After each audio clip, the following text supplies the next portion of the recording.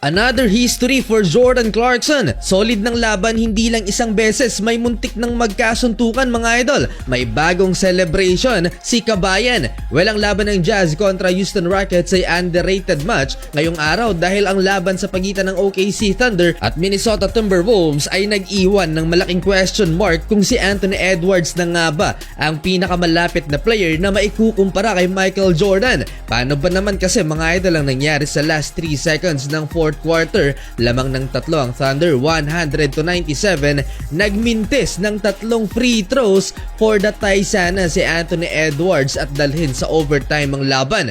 Ang pagiging clutch ang dapat unang maging katangian ni Atman para maikumpara kay MJ pero hindi nangyari ngayong araw. Crucial pa naman din ang labang to dahil top 1 sa West ang Wolves, sumunod ang Thunder. Final score 102-97. Kung kay Stephen A. Smith pa, nakikita niya si Vince Carter, Kobe Bryant at MJ kay Edwards. Dahil sabay ang schedule, puntahan natin ang underrated match ng Rockets at Jazz. 17 points na lamang ng Houston ang hinabol ng Utah sa third quarter dahil kay Baby Jokic, Alperen Sengun, kaya lumobo ang lamang ng Houston Rockets. Mainit ang laban, second quarter, 7-minute mark. Itong sa Aaron Holiday, tinuruan ng leksyon ang rookie na si Keyonte George. Sinikon itong rookie si Holiday, inbound pass, nakakapag-steal ang Rockets guard at naipasok ang layup, nagkapisikalan pa ang dalawa. Sa third quarter naman, na-involve ang mainitin ng ulo na si Chris Dunn laban sa sophomore na si Jabari Smith Jr. Veterano na rin itong si Chris Dunn at gagawin ang lahat para i-provoke na magalit ang kalaban para patas, double technical ang ruling official. Si Colin Sexton naman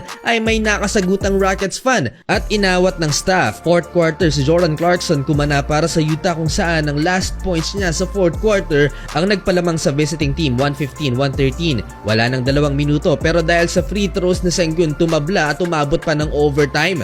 Sa OT mga idol, nag-iisang field goal lang si Kabayan pero napaka-importante niyan para bigyan ng 4-point lead ng Utah Jazz. May bagong celebration din si JC, light the flame. Pero dahil pa rin kay Sengun, tumabla sa 126 ang score. Nasa game na to, naitabla na niya ang kanyang career high in points with 37. Jabari Smith Jr. free throw kaya lumamang ang Rockets pero may chance pa na maipanalo ang laban at sa kamay ni Jordan Clarkson napunta ang bola. Not a bad shot, chance to win the game pero hindi pumasok.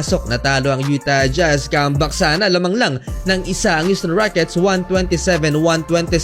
Nagtala ng kanyang pangatlong double-double ngayong season si JC with 33 points, 12 rebounds, pang-anim na 30-point game na ito ni Clarkson ngayong season lang. At ngayong araw may bagong franchise history si Kabayan. Si Clarkson na ang best 6-man ng Jazz in history for winning the 6th man of the year before. Pero ngayong araw na itabla ni Clarkson ang record ni Thurl Bailey sa pang-12 30-point game off the bench as a Jazz man. Meaning isa na lang, mas masaselyuhan pa ni Clarkson ang titulong pinakamagaling na Utah Jazz 6th man in franchise history. Mabubura na finally ang record na naiset noong dekada 80.